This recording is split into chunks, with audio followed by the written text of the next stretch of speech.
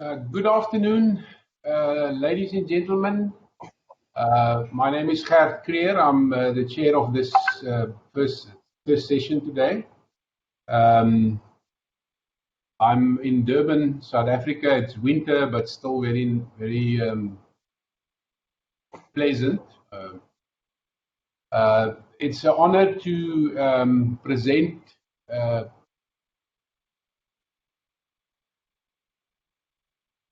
So it's a pleasure to welcome Professor Tahir. I'm not sure how much you've heard before. I'm just going to continue from where I was busy introducing him. Professor Pillay graduated from the University of Natal in the 1980s. Then he obtained a PhD in biochemistry at the University of Cambridge. He worked then as a postgraduate specialist at a hospital in Imperial College in London, and he did a postdoctoral training at the University of California in San Diego. He's president of the South African Association for Clinical Biochemistry and Laboratory Medicine. He's also editor-in-chief for the Journal of Clinical Pathology. He's been the recipient of numerous awards. He has researched and published extensively in the area of molecular cell biology and insulin signaling, the cell biology of insulin resistance, molecular modeling and ligand receptor complexes, development of new diagnostic probes, and point-of-care testing using recombinant DNA technology. His presentation today is titled Single Domain Antibodies, Nanobodies, the Ninjas of the Immune System Application in COVID-19. Tahir, you're welcome to proceed. Good afternoon and good evening and good morning wherever you are. Thank you, Professor Kruger, for that kind introduction. As Professor Kruger was saying, yeah, it probably I've developed an interest in using recombinant DNA technology. So okay, so yeah, so this developed out of an interest in from recombinant DNA technology, and then also with COVID-19. And we have been working on antibodies for other diseases, using antibodies to make basically to make assays. So obviously, like a lot of people, we decided to switch to COVID-19 because of the need to do so. So what I'm going to talk about today, just briefly discuss what I call the three prongs of COVID-19 testing. Basically mention rapid antigen testing because that was one of the reasons we sort of got into this, and then talk about monoclonal antibodies and compare them to these single domain or single chain antibodies, or as some people call them, nanobodies. And I'll discuss where they come from and what their advantages are, and then briefly discuss how these can be used for therapy. So I've chosen to present some stats from India because this is a conference that's being organized from India, and obviously India has dominated the news over the last month or so because of the rapid rise in cases, and currently these are the most up-to-date stats we're looking at. 24.7 million currently, and this is an animation. Now you can see what has happened over the last year since the beginning, and you can see how India has just shot up. Incredible. And the USA was really at the highest number at one point, but we're going now from January, looking February 2021, and then eventually March, and you can see what is happening. So the caseload has gone up incredibly. And so we do have a problem. And the problem can be, obviously, the world is trying to solve it in different ways. And you can see on the right-hand side as well all the different states and the number of cases in India. We also have our own challenge. So we've had our caseload as well in South Africa, and here you see our president having his vaccination, I think on day one, when the vaccines just arrived. And everybody was, of course, excited because we were going to get vaccinated, but it's not a smooth road. The vaccination is not a smooth road for many, many reasons, as we can, I'm sure you know.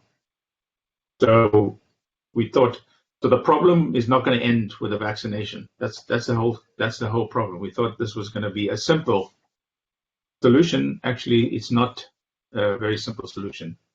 And obviously, India has been in the vaccination front. And India's probably got, I believe India's got the largest vaccine production capability in the world, if I'm not mistaken. And I think India did actually ship a lot of vaccines to South Africa, which South Africa decided not to use, the Johnson and the AstraZeneca vaccine. So our problem here, if we just take our South African problem, we're going into phase 2 of the vaccination. If we vaccinate 50,000 people daily, and that's optimistic, right? It will take us about 800 days or just over 2 years to get to 40 million people if we want this population or herd immunity. And that means working 7 days a week. But, if we take a 5-day working week, it will take 3 years. If we do 20,000, even if we do 20,000 people a day, and even that's even optimistic, it'll be 5.5 years working 7 days a week to actually cover that, the population that we need to cover. And then that's all in the absence of any other problems, supply chain, transport, vaccination, all that stuff. So we are heading for, I think everybody's heading for a rocky road. So yeah, there's some countries that have been successful in getting high rates of vaccination, but we remain to see whether that's going to, be the end of the problem, and it looks like it's not. This is going to be with us for a long time.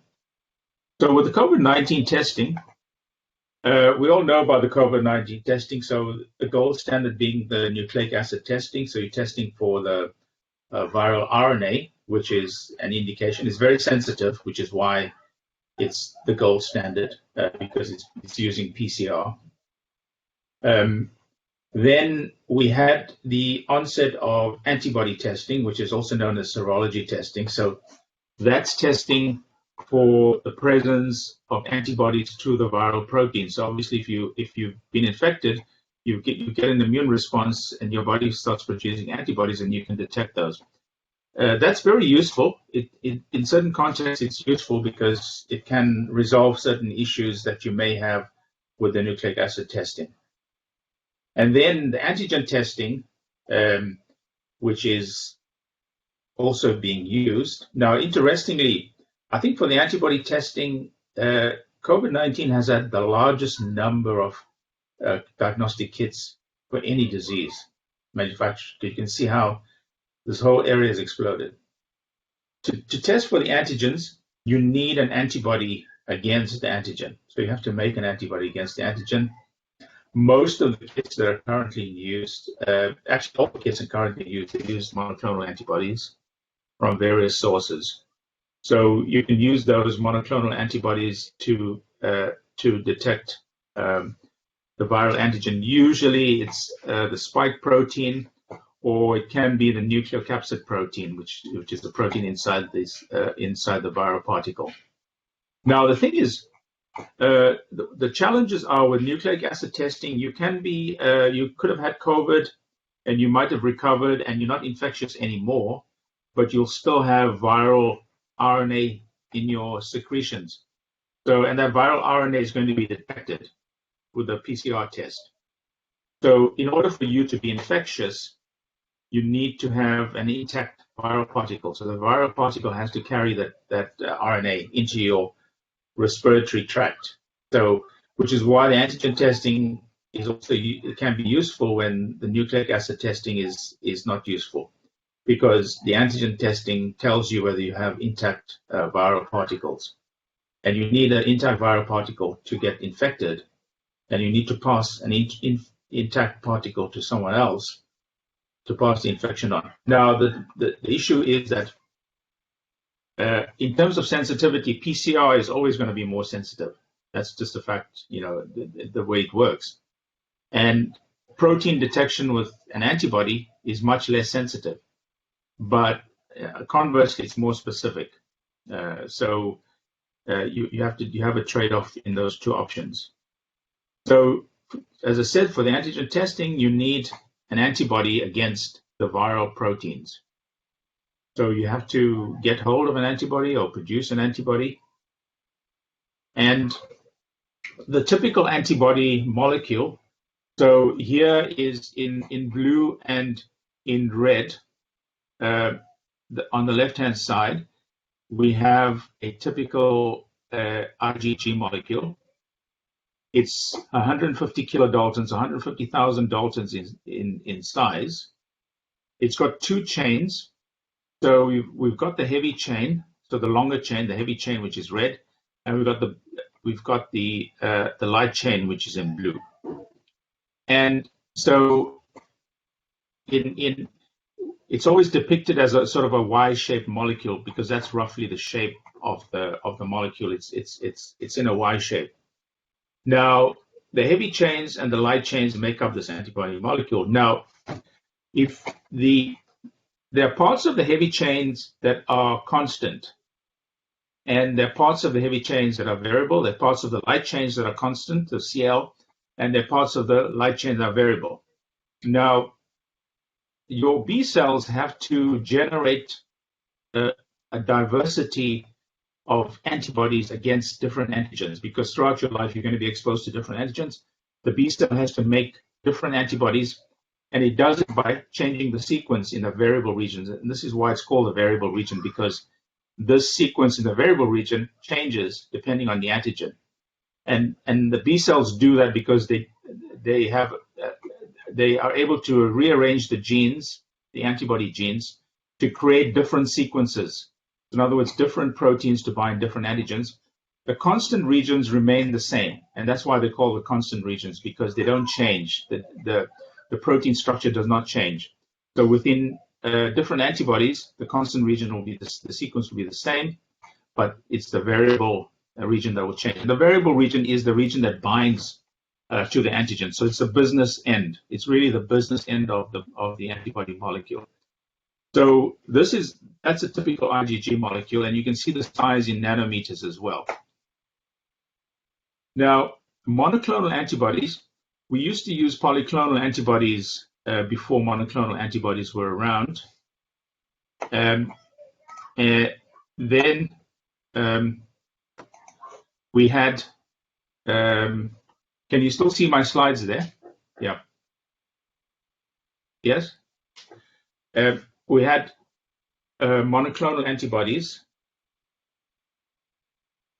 which monoclonal antibodies were developed by Colin Milstein in Cambridge. They worked out a way to create a single clone of antibody that you could produce forever. And that was really a revolution in antibody diagnostics and antibody usage. Polyclonal antibodies, we had to inject animals and bleed them and get a mixture of antibodies. So antibodies are proteins produced by the B cell. So they're one of the ways the body can defend itself. And you can think of them as soldiers of the immune system. So that's why I thought if they are the soldiers, then the nanobodies are the ninjas. And that's why I think of them as ninjas. So the polyclonal antibodies are mixtures. They're just extracted from blood and used as serum. So when the blood clots, you take the serum and you've got a mixture of antibodies. So in COVID-19, they also use convalescent plasma therapy. So in other words, people who've had COVID-19 infection, if they've got a high level of their own antibodies, you can take blood from them and use the serum to treat other COVID patients. But that's a quite expensive process because for every person you extract, you firstly need people with a high titer of antibodies, so high level of antibodies, and then if you take blood donation from the person, you can't, that blood donation will not go very far. It can probably only be used to treat another person. So it's a one-to-one relationship. You also use polyclonals use to treat rabies and other things like snake bites, where you can make polyclonal antibody against the snake bite venom. So the monoclonal antibodies were useful because you could make the same antibody from the same immune cell and manufacture these at a commercial scale.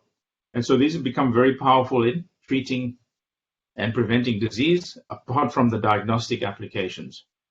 So that's the monoclonal antibody. Then I'll mention the heavy chain only antibody. And then from that, you can derive the nanobody. So the nanobody is actually a smaller part of the heavy chain antibody. And it's about 15 kilodaltons. So 15, it's about 1/10 the size of a conventional IgG molecule. So where do these things come from? So if you look here, can you all see the camel? Right. Just remember, my Mac takes over the way it works. It takes over your whole screen, so I can't actually see anybody's comments or chat or anything. So I'm just looking at I can only see the slides. So I don't know if I'm talking to myself. So you can see the camera. Down again. Okay, great, thanks. I'm just checking, because sometimes I might be talking to myself. I'm listening to talk, don't worry. Yeah. So the camelid family, the camelidae. The camel family has a number of members. Camels, they have the alpacas and the llamas. So these little ones here are the alpacas. They're almost the size of a little dog. And then I'll tell you about the shark, where the shark comes in. So about 25 years ago, some graduate students were working with camel blood.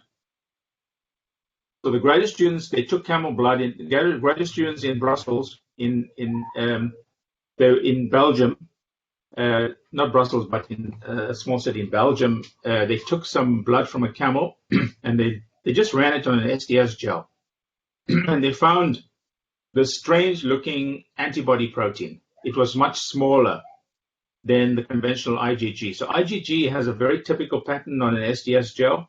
You see the heavy chains and heavy chain and light chain. This one seemed to only have a heavy chain, which was a different size. And they thought they thought there was a mistake, but they repeated it, and they found the same thing. And then they realized actually this camel had some unique antibody. And then obviously as time went on, the other members of the camel family, the llamas and the alpacas, also showed the same properties. And then people later on discovered that even the shark, for some strange reason, comes from a different, it's a fish. It also has, in its blood, it also produces this heavy chain only antibody. And that's basically how this whole thing came about. So if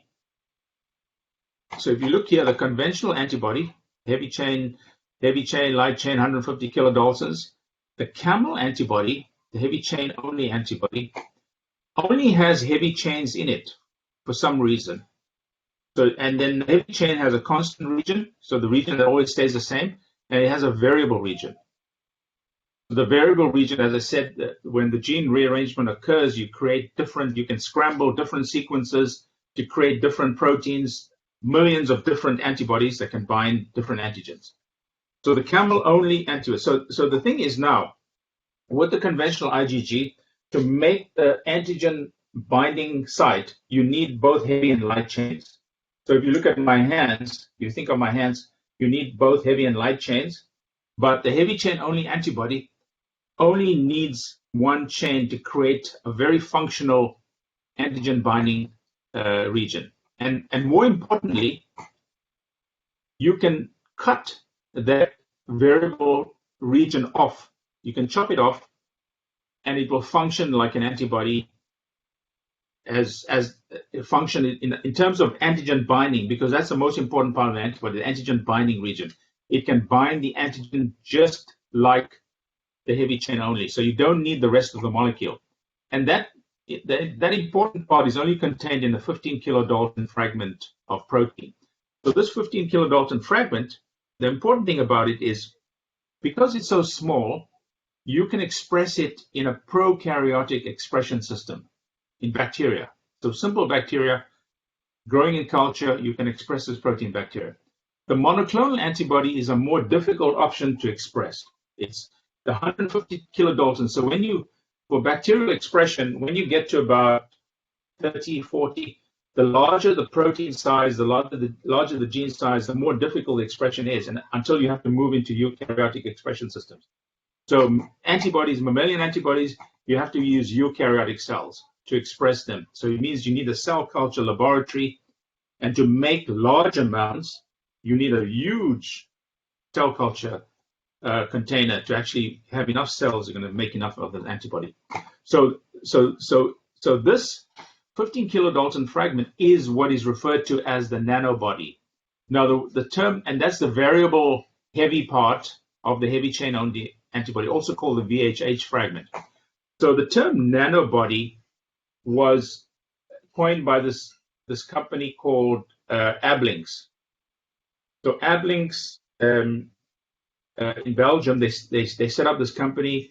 So that the people who discovered it set up this company called Ablings. Ablings coined this term nanobody. So that's nanobody, means basically it's the variable heavy fragment of this heavy chain only antibody. So the VHH or the nanobody. And its small size allows easy expression. So again, with conventional IgG, people have tried to make other kinds of fragments like the single chain variable fragment or the SCFV, which takes the variable heavy and the variable light chain and joins them together.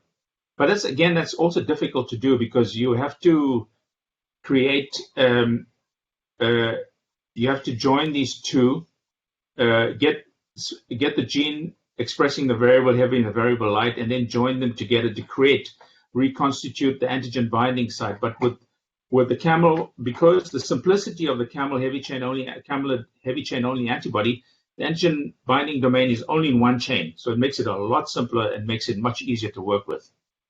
And to produce these, you basically have to immunize this animal.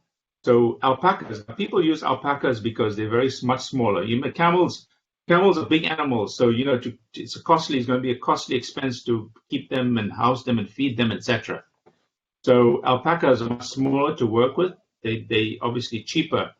They are cheaper to maintain. So if you immunize this animal with the antigen, it'll get an immune response, and those immune cells will be in the blood. And you can take the blood and make messenger RNA from the white blood cells, and that messenger RNA will contain the antibody genes. And you can then, by PCR, RT-PCR, make cDNA that you can put into a phage display library. So phage is a bacterial virus, and it can grow in culture.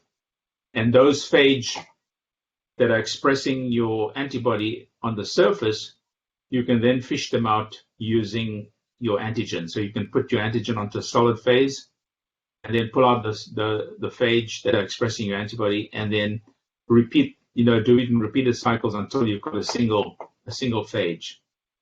And then from that, you can get you will have the VHH gene, the gene fragment for it, which is in a very small DNA fragments, about 1 kilobase. So really very, very easy to work with. Just to reiterate, so the heavy chain only antibody, the nanobody is a fragment of it. And the shark also has a similar phenomenon for some reason. You can also make nanobodies from the heavy chain only antibody in the shark, which is called the IgNAR. So the IgNAR, immunoglobulin new antigen receptor. So sharks, I guess sharks are not, some people in the world are using them, but you need to be near the ocean to actually work with sharks, because keeping them. You don't have to use sharks, by the way. You can use a smaller fish, the dogfish, because the shark obviously is quite big, but the dogfish, you can keep them in a smaller tank, but you need salt water and all that stuff, so that's expensive. Or difficult rather. So it's easier to work with these smaller animals, alpacas. And so again, just to illustrate the concept, so you need both for the normal antibody, you need the heavy and the light chain to bind the antigen, but with the heavy chain only antibody, you only need one chain. So it's again like catching a ball with one hand, or whether you're catching it with two hands.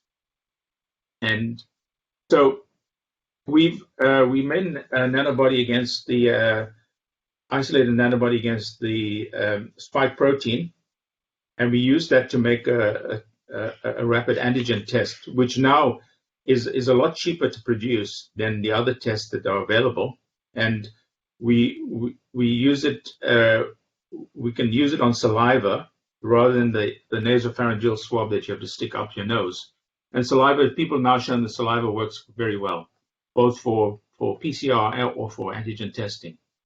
And you can use it at home with minimal training. So the idea is that you can use it at points of entry, etc., hospitals, everywhere. And it's supposed to work in a lateral flow assay format. So we have two nanobodies working in a sandwich format, and the one nanobody captures the viral protein, and the other nanobody detects it. So it's just like a standard rapid flow, standard lateral flow immunoassay system.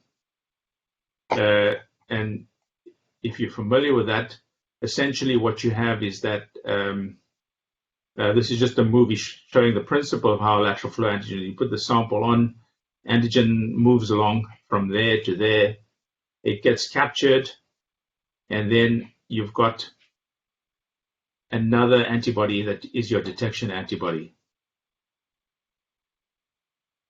And you can obviously just use you can use saliva, which you can collect with just with a test tube, and you just drop it on onto the. So inside is a filter paper which contains the antibodies in it, and the detection reagents. So you basically get, like all the lateral flow tests, you basically get a positive result with 2 lines, or if it's a negative result, you only get the test line coming up. So that's basically a very simple principle. Now, the important thing is that these are cheaper to produce, longer shelf life, and lower transportation costs. And I explain why the shelf life is important. And the current in our country, South Africa, we have a number of tests that are licensed, antigen tests that are licensed. Most of them run around $10 US per test. There's some slightly more expensive ones.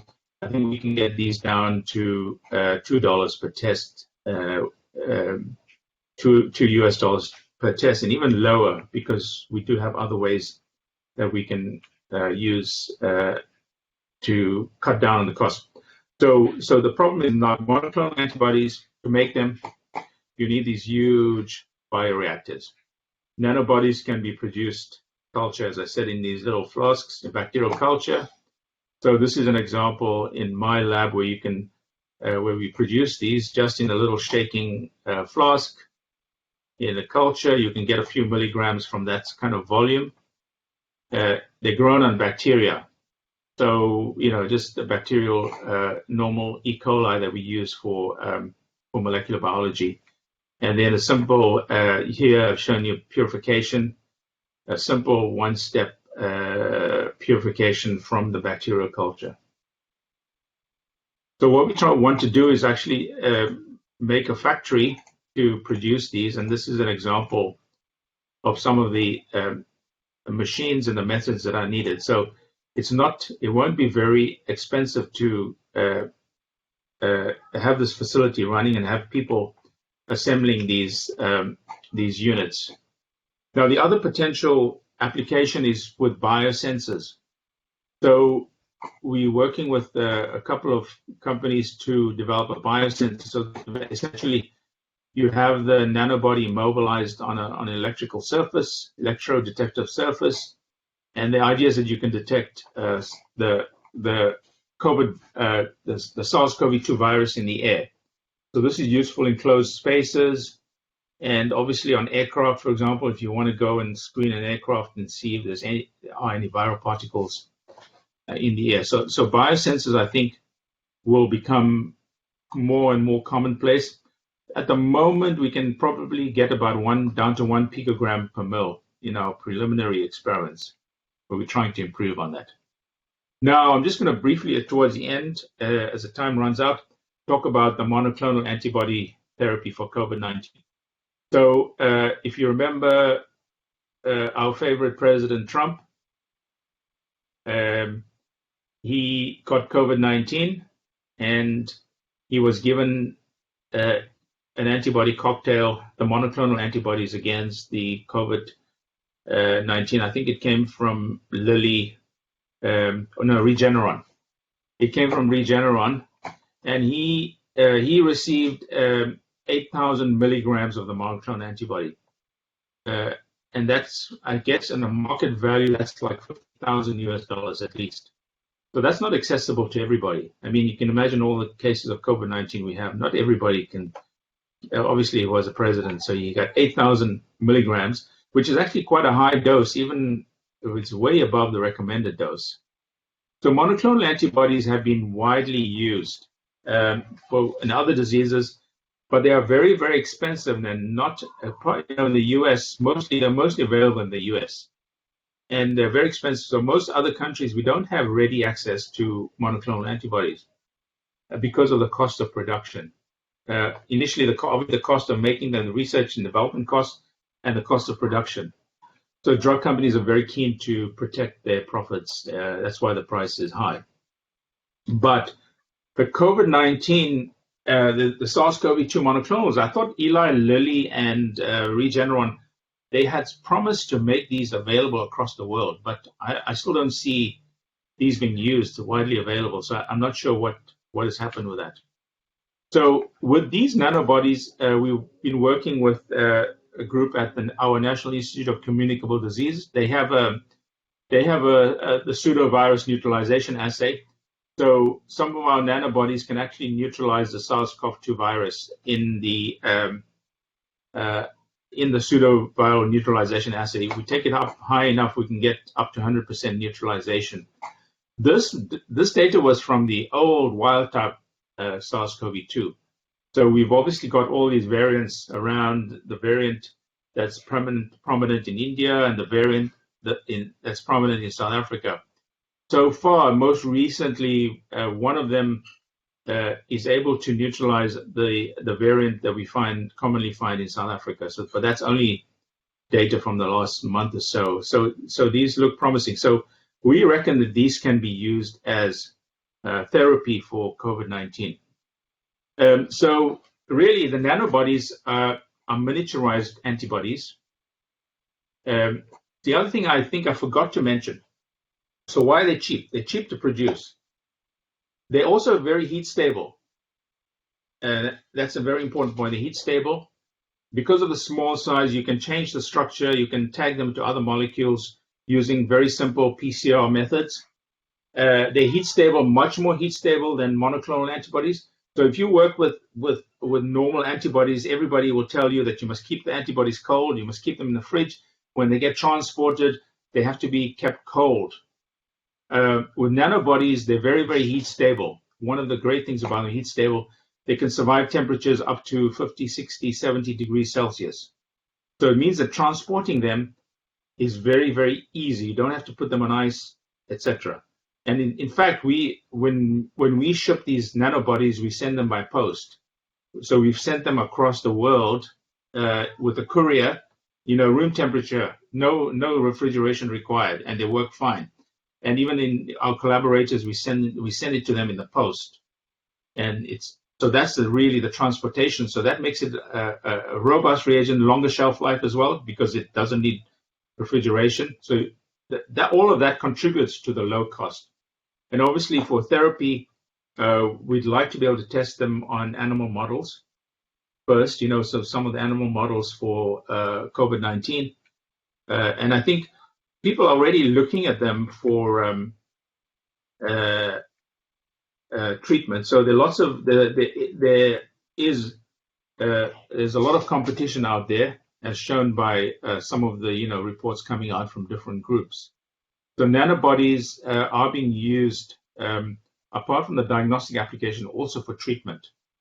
So they have potential to be used for treatment, and I think we're going to see increasing use being made of them. So as I said, we're really hitting the COVID hurricane in some parts of the world because of multiple factors, and so I think this is going to be with us for a while. And so finally, I'd just like to acknowledge our funders, the NRF, the National Research Foundation of South Africa, and the Innovation Hub, and also the Gauteng Accelerator Program, where we secured first prize with a team consisting of a team from people from UKZN, Prof. Chattergoon, and a team from the University of Pretoria, and we got the first prize last year for this innovation competition for the rapid antigen test, and they're going to provide us with startup funding. Thank you for your attention, and I'm available for questions. Thanks a lot. If you don't have time, you can email me on this address. Thank you very much. Thanks a lot, Tahir. You spoke on time. We have 5 minutes left for questions, but in the light of the couple of minutes that we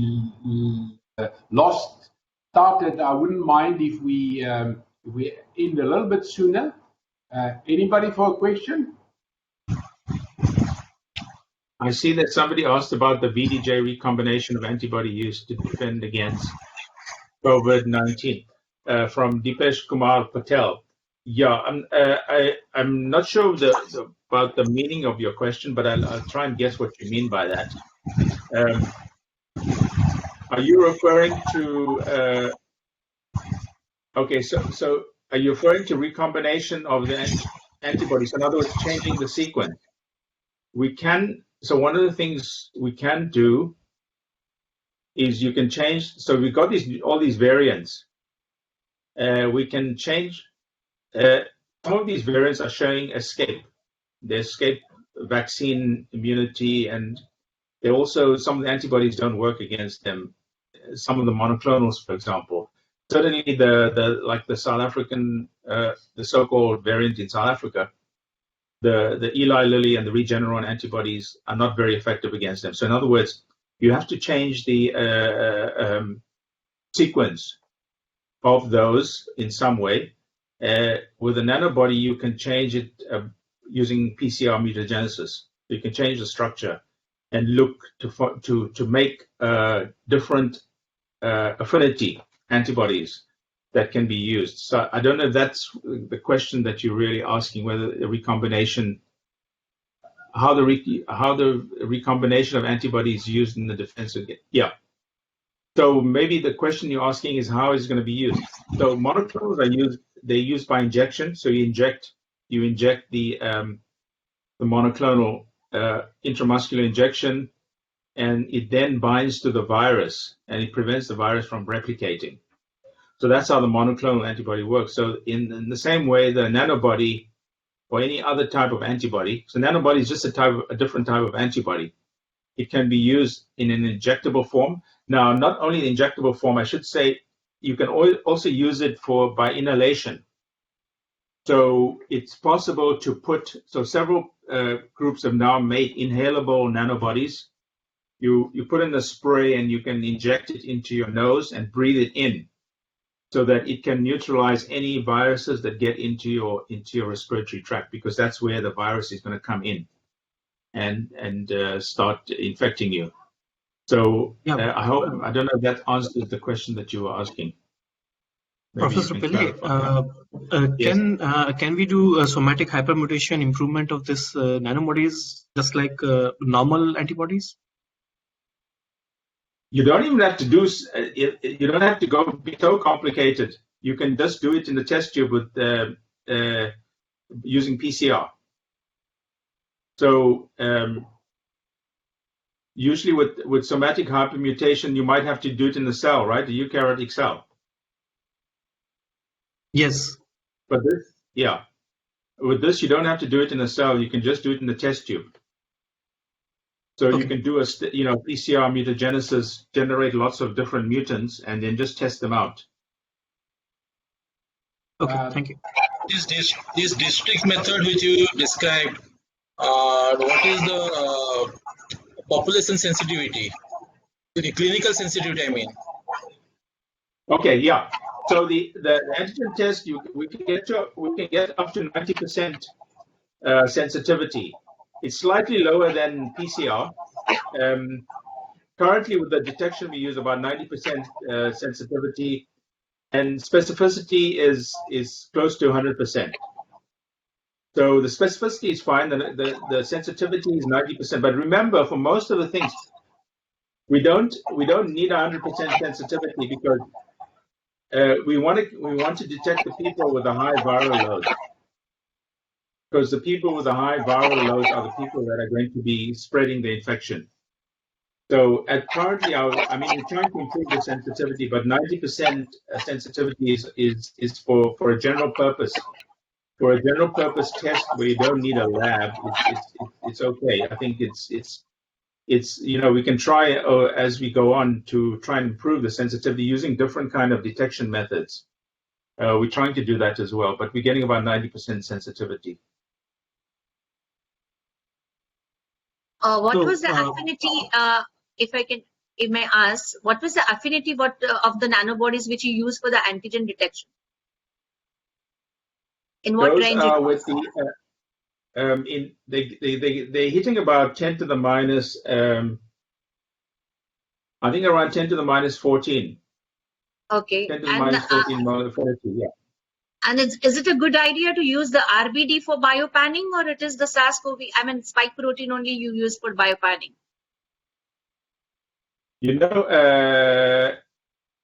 We use the RBD. Okay, so the RBD, the RBD itself is a smaller fragment. It's easier to express and make protein. The whole spike protein is about 100 kilodaltons. Yeah. So the yield we have to use to get the whole spike protein. We have to express it in 293 cells, eukaryotic cells. RBD we can express in vitro in a bacterial system. So it's just it's for that reason RBD. It's more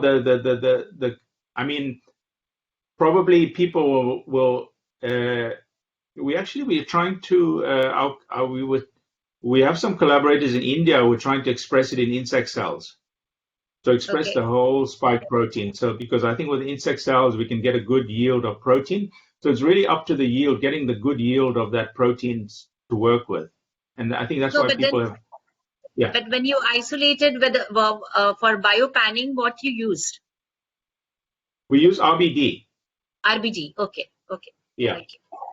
Because one reason for using RBD is because you wanted to also target something that can block binding between the RBD and ACE2. So that was the rationale that something would interfere. Yeah. Thank you, Tahir. Sorry, the time is up now. I see a couple of people have typed some questions on the on the chat story, but you mustn't use chat. There's a Q&A button on the right-hand side. If you still want those questions to be answered, please type them on the Q&A utility on the right-hand side. In the next 10 minutes or so, and Prof. Tahir can still answer that in writing, but unfortunately, we need to move to the next speaker. Thank you very much, Tahir, and I'm sure everybody of us are giving you a hand for appreciation. Thank you very much, audience. Thank you, Chair, Prof. Kruger. Thank you, Prof. Right. The next person that is going to present is Dr. Roy. He's a postdoctoral researcher from the Royal College of Surgeons in Ireland. He did his master's in BHU and then his PhD or doctorate from CSIR IICB in Kolkata. He's been a visiting fellow several places. He's published a good number of papers, and he's now working on peptide inhibitors for SARS-2. Now, his presentation, if I can find that quickly, is peptide inhibitors of SARS-2 and SARS-CoV-2, current status. Roy, you're welcome to Nilandri, you're welcome to please. Thank you.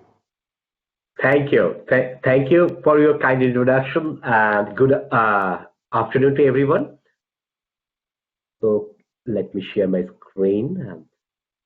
And so I'll start with this age-old saying about the art of war that has been said maybe 2000 years back, that if you know the enemy and you know yourself, you need not fear the result of 100 battles. And this quote seems relevant still nowadays when we are battling against the COVID-19 pandemic and the SARS-CoV-2, because it's the main, knowing the enemy well is making that battle more and more crucial for us. So my today's talk will be focused on inhibitors, particularly the peptide inhibitors of SARS-CoV-2, and the strategy for designing these inhibitors lies again on how well we know the enemy, that is, how the virus enters the cell and at what it does after it enters, and what are the steps where we can inhibit. So how the enemy enters, so how the SARS-CoV enters into the cell. So by this time we almost all know, but still a quick review, that it starts with binding of the SARS-CoV-2 spike protein with the ACE2 receptor. So this is like the SARS-CoV-2 spike, and it's like a 1273 amino acid long, and it has ACE1 and ACE2 subunits. So it has two subunits, and mainly the ACE1 subunit is which is responsible for binding to the human ACE2 receptor. And then it undergoes a protease processing, mainly by the TMPRSS2 protease on the host, that enables the fusion peptide from the spike protein to anchor to the cell membrane.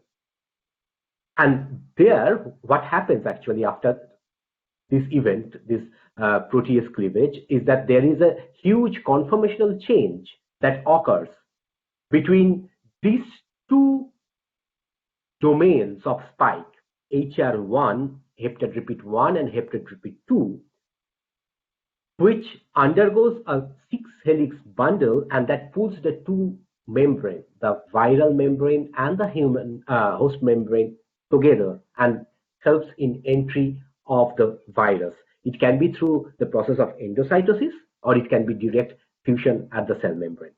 So while trying to design peptide inhibitors to inhibit the cell entry of the SARS-CoV-2 virus, so this actually can be the stages where the inhibitors can actually inhibit the virus. So it can inhibit by inhibiting or blocking the ACE2 where the spike protein will come and bind. It can actually inhibit the spike protein ACE2 interaction. It can inhibit the TMPRSS2, which actually is required for the protease processing of the spike protein and release the fusion active fragment from the spike protein. And then it can be the peptides which actually inhibit the fusion process, so formation of these helical bundles that brings the cell, host cell and the viral cell close together. Also, it can be, if the virus is going through the endocytic process, then there can be peptides which can actually increase the alkalinity of the endosomal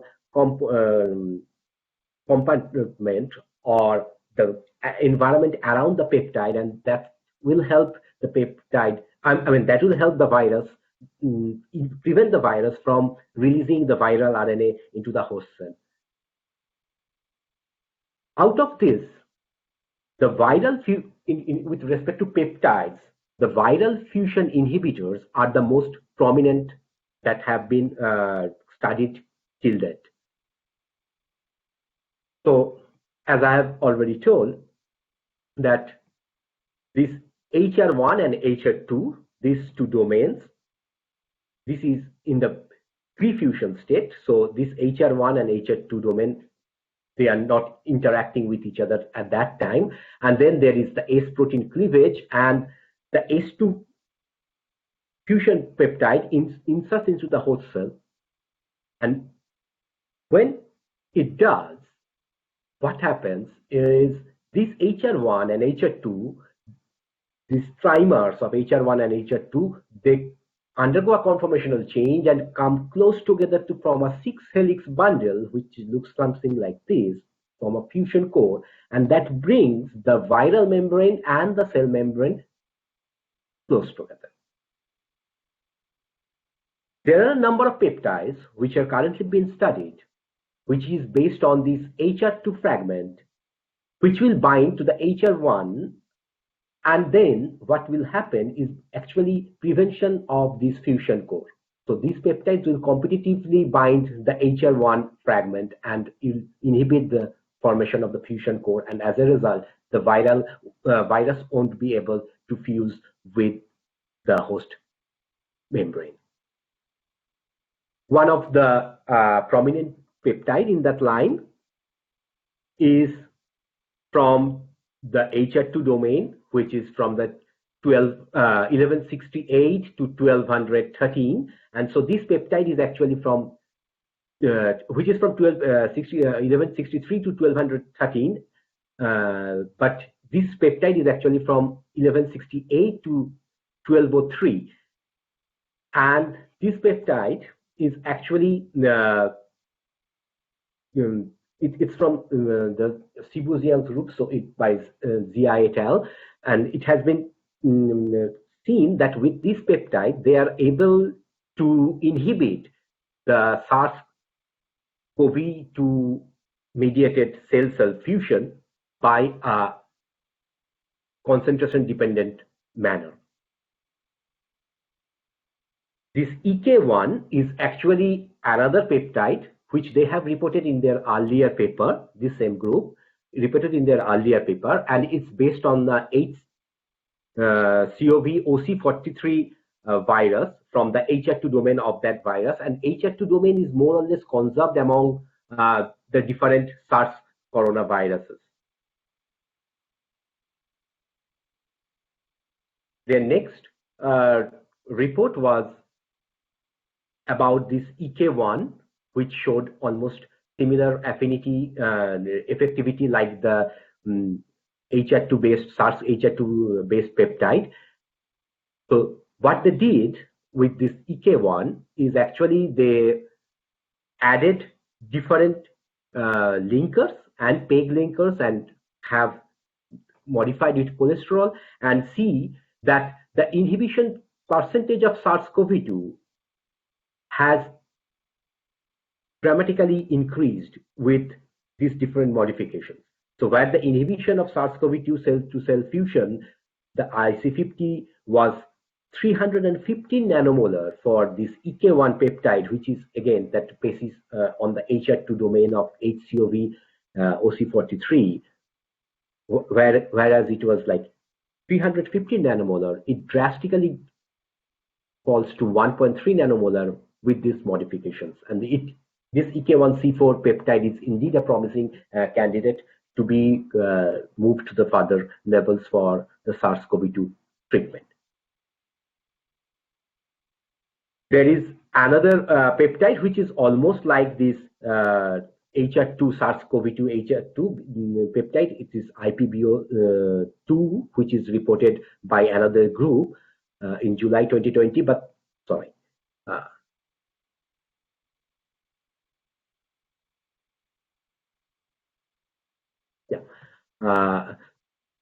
So this peptide is almost like the HR2 based peptide that I have previously shown.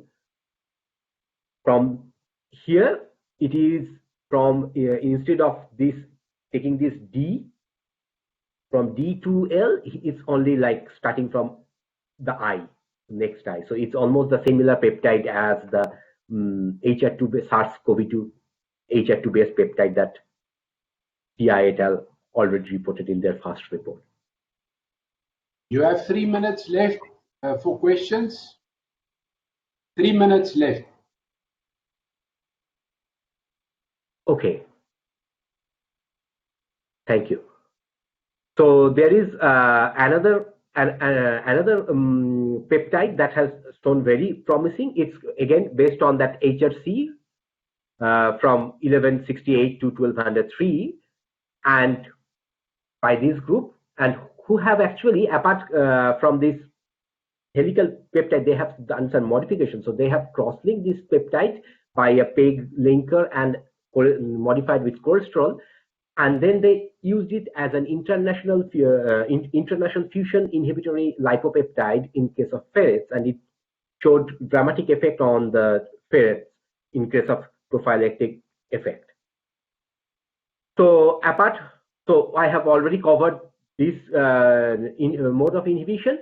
So apart from this is actually what I have covered is actually the most important mode of inhibition. Apart from that, the peptides can be inhibited by inhibiting the spike. The SARS-CoV-2 can be inhibited by inhibiting peptides that inhibit the spike AC2 binding inhibitor, but actually, and surprisingly, these peptide inhibitors for these RBD-S2 interactions are not many, maybe due to the RBD domain is not that accessible for the peptides to inhibit, and also because of the increasing number of mutations in the RBD domain. There has been an initial report of a peptide which showed binding to the SARS-CoV-2, but it's not reproduced. And then there can be peptides which can block the ACE2. So there is a report of a peptide which is from the human intestinal defensin, which actually blocks SARS-CoV-2 by actually blocking the ACE2. And so when cells are treated with this HD5, and it is shown that it is in fact inhibiting the SARS-CoV-2 as pseudovirus. There is the last thing that I'm going to talk about here is about the peptides which can prevent the release of viral RNA into the host cell by preventing endosomal acidification. And there is actually a peptide, a number of peptides, P9 and derived from mouse beta defensin, which have been reported to act as a broad spectrum inhibitory peptide against different respiratory viruses. And here it is shown that this P9 peptide, which is derived from mouse beta defensin, and some modifications on that P9 by inserting arginine to increase the charge, P9AR, that decreases the IC50 more for the SARS-CoV-2 infection. So I'm not going to talk about the protease inhibitor, which is mainly small molecules right at this stage, not much from the protein, peptides, small peptides.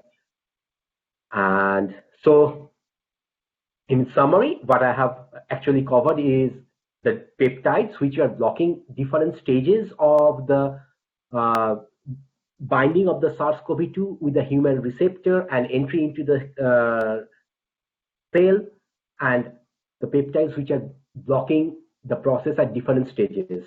However, the most number of promising peptides that are there are actually preventing the fusion of the viral with the cell membrane. So it's the fusion inhibitors are the most prominent peptide inhibitors for the SARS-CoV-2 right at this moment. Yeah. With this, I would like to thank my current supervisors in Denis Souls, Mark Devosole, and Virginie Gautier in UCD and RCSI Ireland, and my colleague Ajay. Thank you. Thank you for your kind attention. Thank you very much. The people organizing the slides and so on the technical things, we try to use Q&A, but we can't add questions. Can somebody perhaps explain to me? I see Trisha also battled to ask a question on the Q&A system.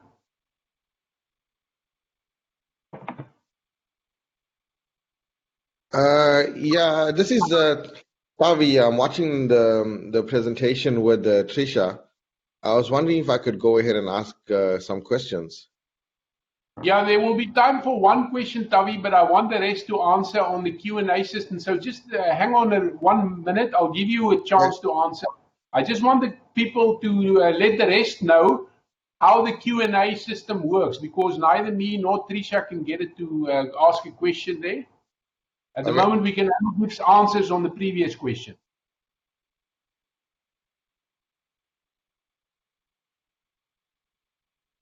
Okay, while they battle to answer my question, Tavi, go ahead and ask your question. Yeah, first of all, I'd like to thank Dilip for inviting me for this conference. The question that I have, right, is that you notice that there's a lot of people talking about peptides, and fusion inhibitors.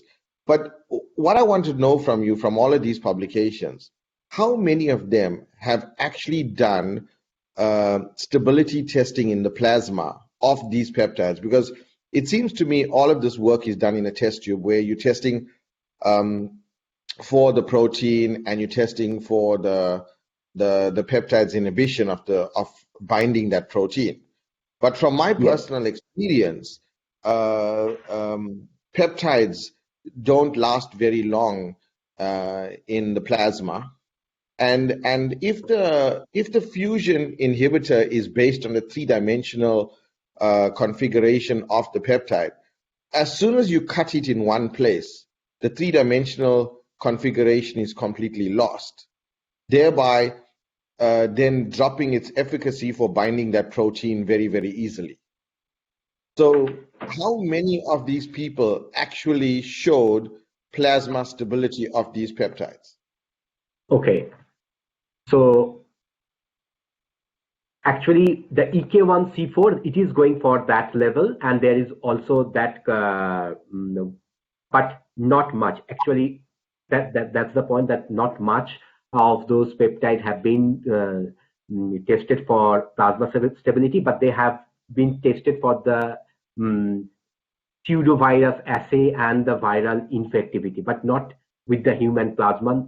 Not much of them, that's for sure. EK1C4 that I have mentioned as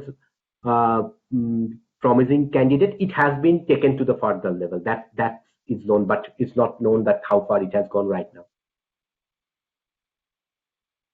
That one. Yeah, but in my advice to you as a researcher, I would give this advice to anybody doing peptide chemistry. If you take a look at even my publications and stuff, I always include plasma stability.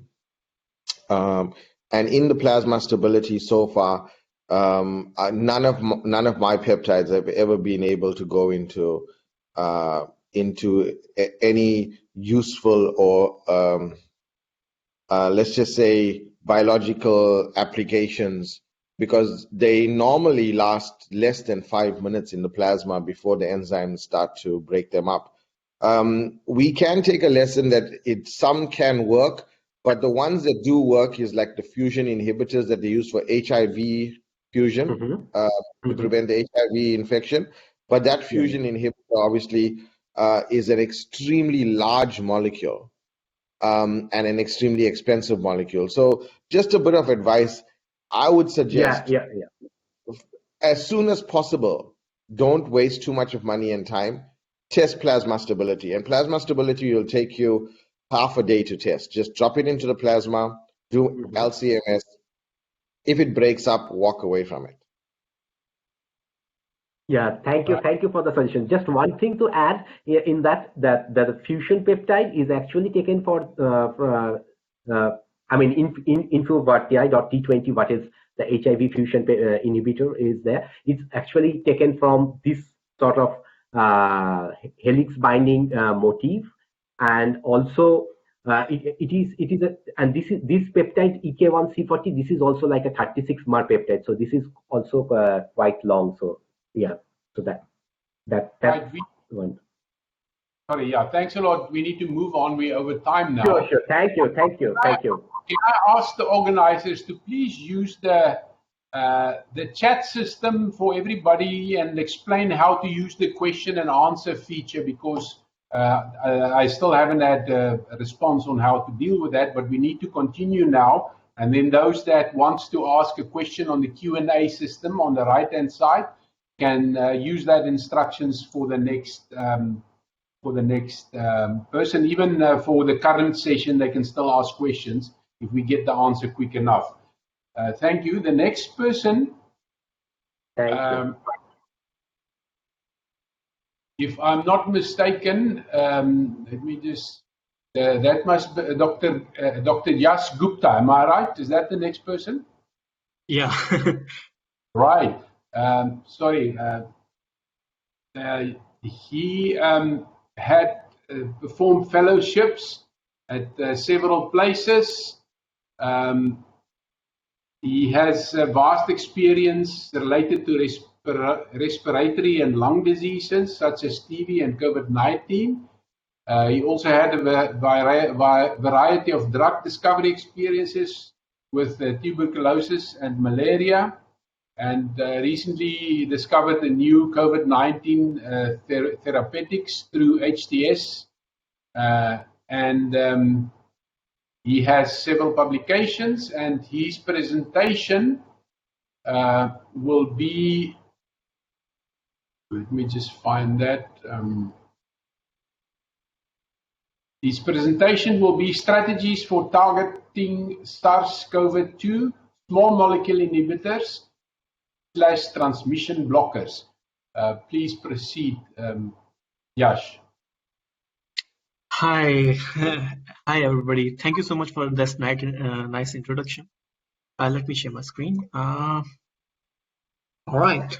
So, hi everybody. I'm actually presenting strategies for targeting SARS-CoV-2 by small molecules with both inhibition as transmission blockers. This is the work what we have been doing since past this year, and so this is basically progress of what we have been doing.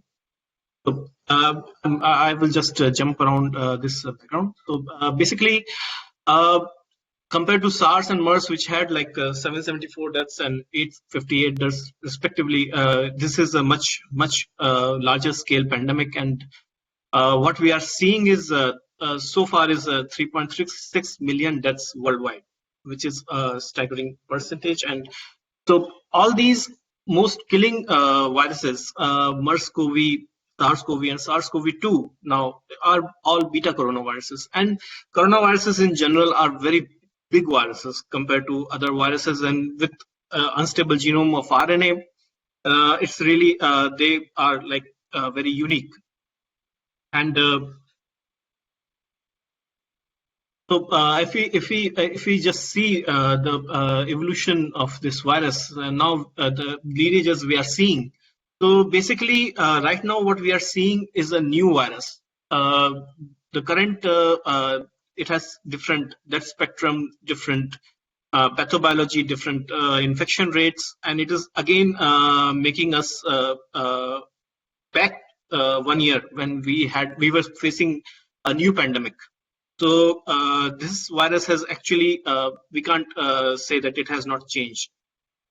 So this is the branch, if you see in the circled out, that is the new virus variant, the double variant, which is actually predominantly, and it's not just restricted to India. This is a global scenario, and this is the new variant which is covering the whole world and making the vaccine efficacy and other immunotherapeutic efficacy and other efficacies designed to work on spike protein very questionable, because that is what is changing. So initially we started by, first of all, shortlisting what candidates should be used, target candidates within the SARS-CoV proteome for discovery of drugs. So we were initially not having very good structures. Some were even predicted models, and we started doing it, and we kept on validating them with as the crystal structures were made available. So basically, we take a lot of libraries of drugs. So these library of drugs can be from different sources, and then we pass through our high throughput virtual screening. So what you see here is a schematic diagram of high throughput virtual screening, in which you first of all, the biggest important step is to have a good structure to begin with. Then you can do preliminary screening with which is called HTVS, in which you just see that okay, which molecule might be binding. Then you proceed to better scoring methods with SP, XP, and finally MMGBSA steps. So MMGBSA is the ultimate method to determine the energy dynamics of a ligand docked in the site. So MMGBSA step is not very useful when you are dealing with a lot of hits. So you have to shortlist all these big libraries to few molecules. Then only you can do energy scoring for a reliable scoring of your results, which compound you should actually test. So this takes away a lot of pressure from the wet testing, which is very costly. And with COVID-19, because it has to be done in BSL-3 facilities, and it needs a lot of PPE and restrictions, because even while culturing the virus, you can generate variants within the laboratory, and that can be really dangerous, and it can start another pandemic. So basically, those laboratories are tightly regulated, and not many people are, not many institutes are inclined to do viral testing with COVID-19. So this was the library we started with. So we had this Bioactive Library from Shellac, which is actually, we have physical library also. We can pull any compound, whichever comes from this library, and there is a world approved library. So all these compounds are actually have been tested at different level, like animal testing, in vitro testing. So this is a fairly larger laboratory, larger library than FDA approved library. And there are some other collections like Sweet Leaves, which has some Chinese medicine principal active ingredient like natural compounds, and CMOP, which has a Russian library with more herbs and different inorganic based compounds. So all these libraries we screened with different targets. Now when you see about the pathway of this virus, so we know that enzymes play a very crucial role in replication of this virus, and most important part is played by the replicase complex. So first of all, the virus is replicated in form of a long polypeptide, which has to be cleaved by proteases to become specific enzymes, and these enzymes also are very important, like there are helicases, and you know all about RDRP because it is targeted by remdesivir. So RDRP is actually a replicase complex which replicates the genome, and there are different methylating complexes, and so 2-OMT, NANDU, and exon. These are like 3 other enzymes which are very essential for the replicase. So all these enzymes make like, because their substrates are small molecules, so they are they have a higher chances of being targeted by small molecules. People have been trying to target spike protein also with small molecules, but little success. So all these targets we actually kept on, as I told you, we kept on recycling them with the better and better structures as they were made available throughout the year by so many diligent workers. So this is a brief description of different targets we were dealing with and what we have tested. And so we found that proteases have been very accepted targets, and so they are expected to if we keep on using ritonavir and other main protease drugs, so they might have a higher chance of mutation. So we should be able to target more targets. So this is our complete repertoire, and so this way we did the screening. As you can see, we get these energies from glide energies. So we use a Schrodinger software suite for doing virtual screening, and this is very done in a very high throughput format. And these values change with when we change the structures, target structures. So this is the one of the run I am showing. So if you can see that we did some. So for the top hits, like if it is if something is binding at such a high energy, so we actually do MD simulations for 20 nanoseconds, and that is a proper procedure to validate if your ligand is actually interacting with the target. And similarly, we repeated with paper-like protease, which is another protease, and it is also very interesting because it is also ubiquitinase enzyme. So it removes the ubiquitin and prevents the host cell to degrade viral protein. That is added function, which is also a good drug target. So main protease. So we found different drug pool. So we also got a lot of understanding. So what can actually bind to these different enzymes, and this way we actually could evaluate different drugs and against different targets. And basically we tested a lot of them. I'm showing a few one panel to show you how the results look like. So basically inhibition is in percentage. How much? These are like preliminary testing. This is the first round of testing that we just take 50 micromolar, 5 micromolar, 2 concentrations of these compounds and test. So as you can see, we cannot test a lot of compound. So we have to shortlist these libraries to few molecules that we can test. This was the publication end of the last year we did with all these targets, and we have a lot of follow-up papers ourselves, and a lot of other groups are using our leads to develop their own repurposable drugs. So because this paper has a lot of compounds which are already approved as therapeutics. So this is the next step. So as I showed you earlier, so we had heparin as a top contender for one of the enzymes, but when we tested with virus, so we found something really interesting, that when we do entry assay of virus, so it is a different procedure in which we add the drug before inoculating with the virus.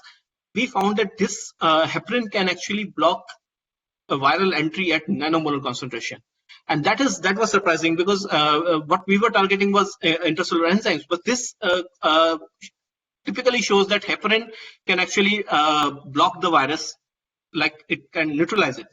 And that began a different kind of analysis for us. And then we tried to understand what could be the binding site of the heparin. So if you look at the spike protein, so spike protein is like a trimeric structure. So if you see, I try to color the 3 chains with the 3 different colors. So and this structure I picked because it has both open and closed state. So the purple one, the purple chain is in the closed state, and the green and turquoise one are in the open state. So these open state is the state in which the spike protein actually interacts with ACE2 and causes infection, causes fusion and infection, and so it has different. So RBD is the part which is exposed only in the open state, and the furin site and scatapsin site. These are all towards the central mid region of this spike protein, which are when processed exposes fusion protein and helps in the fusion with the host membrane. So we found was that 2 minutes to go. 2 minutes to go. Yeah, I'll just fast forward. So we found that heparin binds to RBDs in different ways. So in open state, it supports open state. It doesn't block RBD. It supports open state, while in closed state, it blocks RBD. So this was our hypothesis. And if you can see that the spike protein gets stabilized by binding to heparan sulfate. So heparin is basically cleaved off portion from heparan sulfate, which is naturally present in every cell. So basically, this virus uses this heparan sulfate to aid in interacting with the host membrane and entry. So then these are all the mutations and their percentages throughout the world. And as you can see, the region where heparin binds, that is actually very conserved, even in spike protein. So that makes this binding to all these mutants. So these are all the mutants, from South Africa, Brazil, UK, Danish mink population. With Danish mink, I found less binding energies, but with every other mutant, heparin binds consistently at the same site. This is the publication we did, I think, 2 months back, and describes that. And this is the new work we are also doing. We are targeting main proteases and a PL protein, and you can see that again these mutations are away from the function site. So unlike spike protein, targeting these proteins is a more better option because these proteins are highly conserved at the active site. So I won't go much, but we improved this large molecule. So this was the original hit we got, and we got these smaller pieces of these larger molecules synthesized, and we have got improved activity in culture. And these new compounds are outperforming and the original hit, and this is actually a very good ligand improvement. And these are other molecules in pipeline which are coming up. So I will conclude that this is a very fast method, and we could actually shortlist a lot of compounds and derive to some of the few molecules which can actually have a therapeutic potential. So this is my team. We have different aspects covered by different people, and it is interdisciplinary from different labs, and we all collaborate together. Thank you so much. I welcome any questions. Okay, guys, he's gone a little bit over time, but I'll allow for one question, and then I'm still waiting on the chat system. If somebody can explain to us how the question, how do you type questions for the Q&A system? Anyone for a question for the current speaker? Okay, thank you very much. You can use the chat system as well. I can only see that I can type answers for on the Q&A system, not new questions. So that's still a question for me. But thank you. I'm going to introduce the next speaker now, which will be Dr. Muller.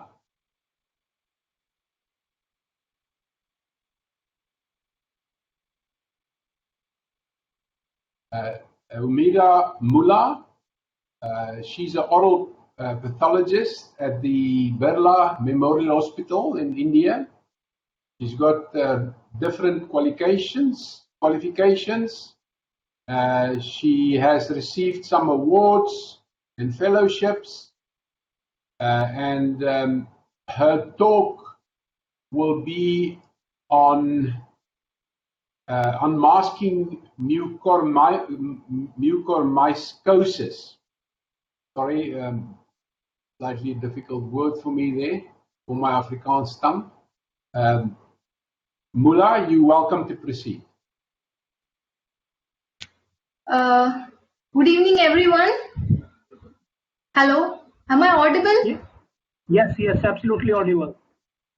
Good evening, everyone. Today the topic for presentation is unmasking mucormycosis. So you might be very these days when COVID is going on, we are very familiar with this black fungus which is coming in news.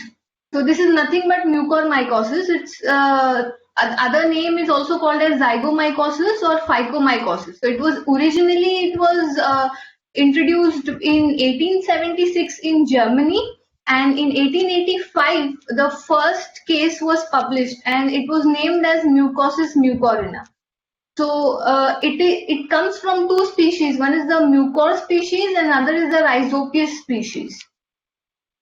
So there are 6 different types of mucormycosis, out of which the rhinocerebral type is the most fatal type of mucormycosis, which we usually see in the post-COVID patients. So the route of infection is nothing but the inhalation, ingestion, and traumatic inoculation. Traumatic inoculation usually occurs when there is a cut on the skin, or when you have a cut in the oral mucosa, or somewhere where the portal of entry for the virus is very easy.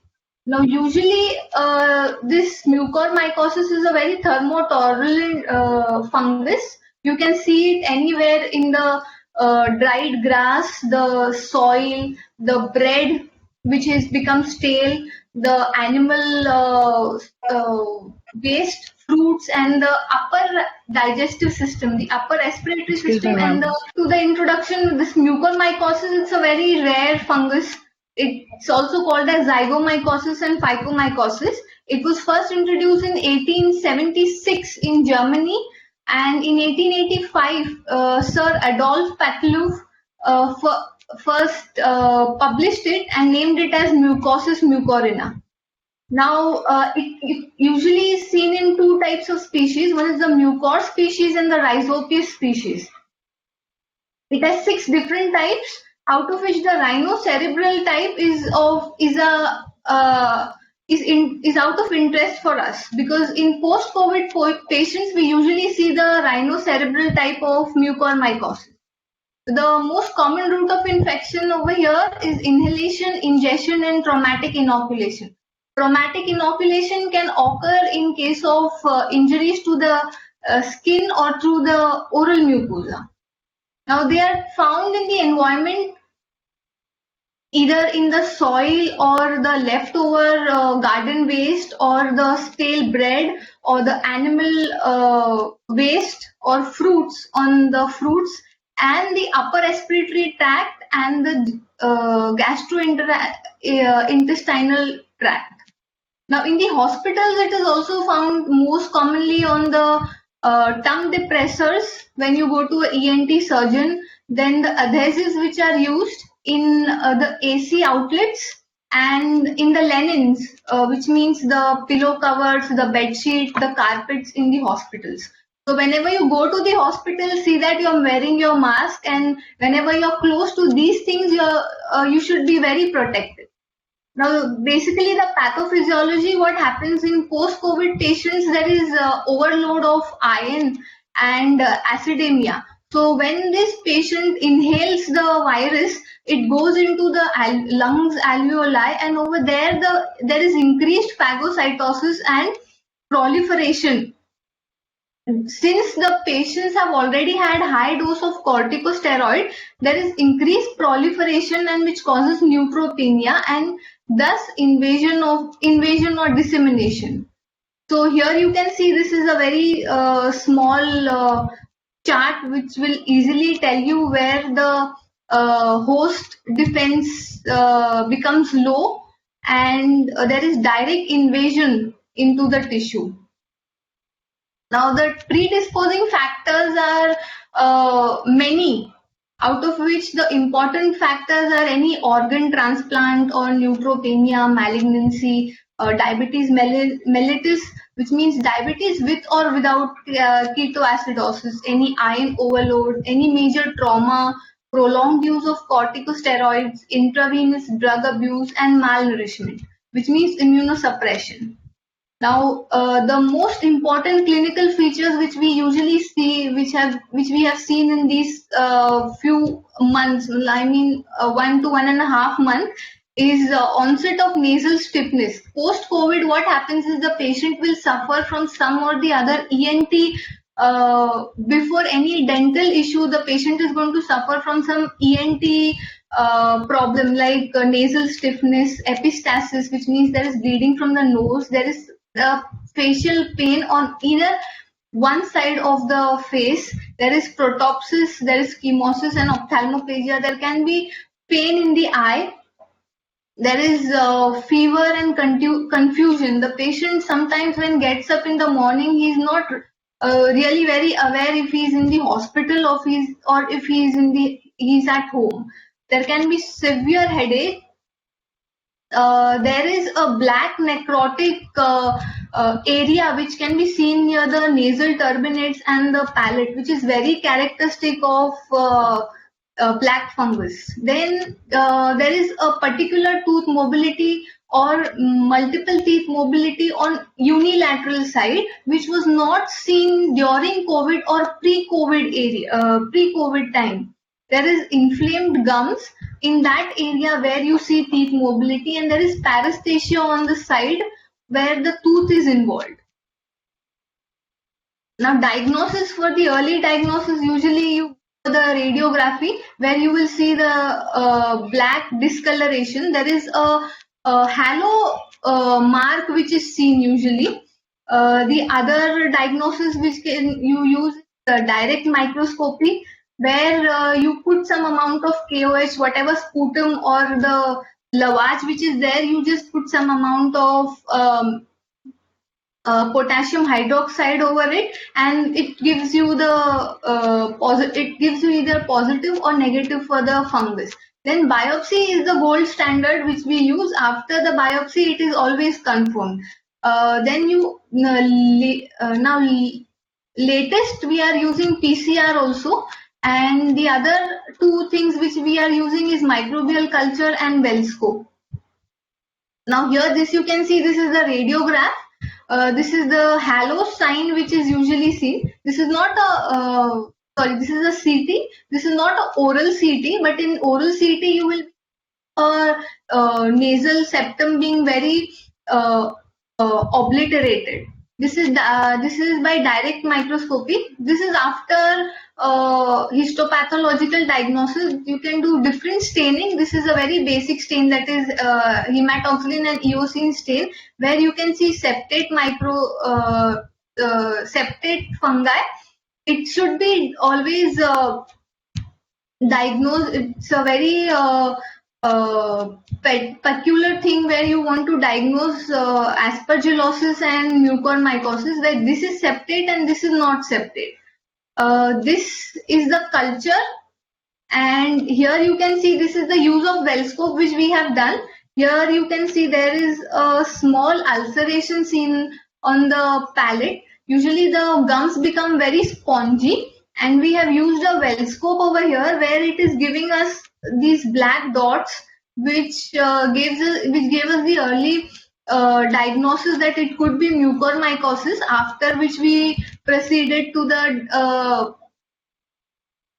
biopsy, and then the surgery was done.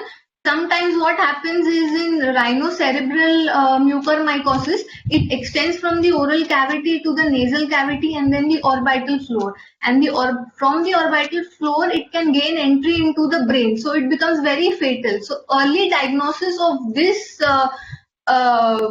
mucormycosis is very, very important. Finally, I would like to end my presentation with a small thought that any patient which is or anyone who in your close relatives or friend circle, if he or she is being detected with any tooth mobility post-COVID or any tooth inflammation or bleeding comes, please visit the dentist, because this black fungus is very fatal, and thus early diagnosis and prompt treatment can help us reduce the deleterious effects on the health. Thank you so much. I want to ask questions. What are the preventive measures? What best preventive measures a person can take to avoid this kind of infection? So the only preventive measure is increasing your immunity. You should increase the amount of vitamin C that you should be taking. That is, increase use of lemons and amlas and kiwis if you can. So these three fruits are high in vitamin C, which helps us increasing the immunity. Other than that, the iron load, which is seen in the post-COVID patients, you must try to make sure that the when you do a CBC, that a blood count, just try to make sure that the iron load, the iron is not more. If the iron is more, then we are seeing that the patients, post-COVID patients in which the iron load is more, the mucormycosis is becoming more prevalent in those kind of patients, and it is becoming more dangerous. The third thing which you can do to prevent this is use of mask and proper sanitization even post-COVID. I am talking of a non-COVID patient actually. Do you mean to say that patients who are non-COVID or they don't have symptoms, they are unlikely to suffer from this infection? Sir, actually, non-COVID patients, sometimes there are patients which are asymptomatic. And these asymptomatic patients are already COVID positive, and they are not knowing that they are COVID positive. And we had only 2 such patients where these patients were not detected with COVID, but they had mucormycosis. But it seemed that they were ill a month before or something like that. So they could be having COVID prior to this 1 to 1.5 months. In normal patients, this is very rare fungal infection, so you might not have.